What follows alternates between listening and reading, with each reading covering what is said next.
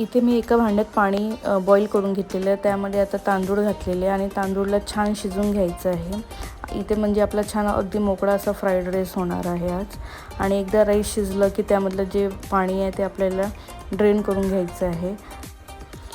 एक कढई घेतली, त्यामध्ये थोडं तेल घातलं, त्यानंतर लसणाची फोडणी दिली आणि जी तुम्हाला भाजी आवडतात व्हेजमध्ये ते तुम्ही घालू शकता. मी इथे कॅरेट, कॅप्सिकम, बीन्स, मशरूम हे सर्व घातलेलं आहे.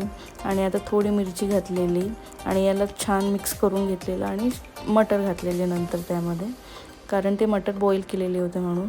आणि थोडं मी बिर्याणी मसाला घातलेला वरून आणि हे छान शिजून घेतलेलं.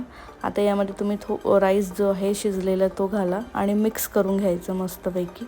आणि आता हा छान मिक्स झालेला आहे आणि थोडं 5 मिनटं होऊ द्यायचं आणि वरतून घातलेलं कोथिंबीर. तर इथे आपला फ्राईड राईस रेडी आहे आणि तुम्ही याला सर्व करू शकता दहीसोबत.